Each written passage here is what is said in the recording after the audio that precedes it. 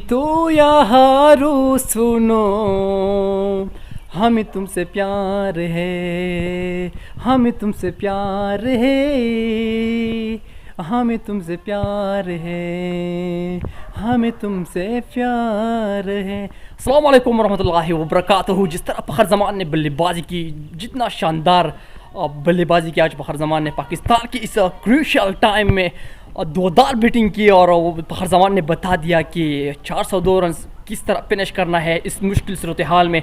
और India team के लिए ख़तरे की घंटी इस वक्त फखर जमान ने बजा दी है। इस वक्त जो कि इंडिया जो लोग हैं, वो क्राउड है, वो फखर जमान के लिए तालियां भी बजा रहे हैं। पाकिस्तान टीम के लिए कुछ अनप्रेडिक्टेबल टीम है, कुछ भी हम नहीं कह सकते पाकिस्तान टीम के हवाले से, लेकिन कुदरत का निज़ाम जो आज बता रहे हैं। मैच में 12 शुरू हुई है, पाकिस्तान जो टीम है वो 10 रन न्यूजीलैंड की टीम से आगे है।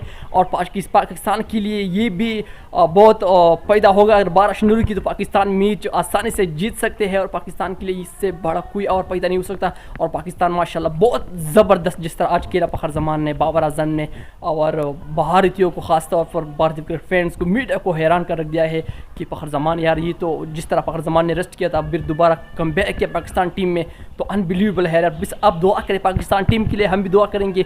और पेन इंतहाई पुरजोश है मैच देखने के लिए, हमारे हुजरे पर भी बहुत सारे लोग मौजूद होंगे, ये भी आपको दिखाएंगे। लेकिन जिस तरह फखर जमान ने आज बल्लेबाजी की है 20 ओवर में 160 रन 1 विकेट के नुकसान पर, तो ये बहुत कमाल है। इंशाल्लाह पाकिस्तान में जीत जाएगा। अगर बारिश न भी रुकी तो पाकिस्तान सेमीफाइनल में इसका चांसेस मौजूद है कि पाकिस्तान जा सकता है।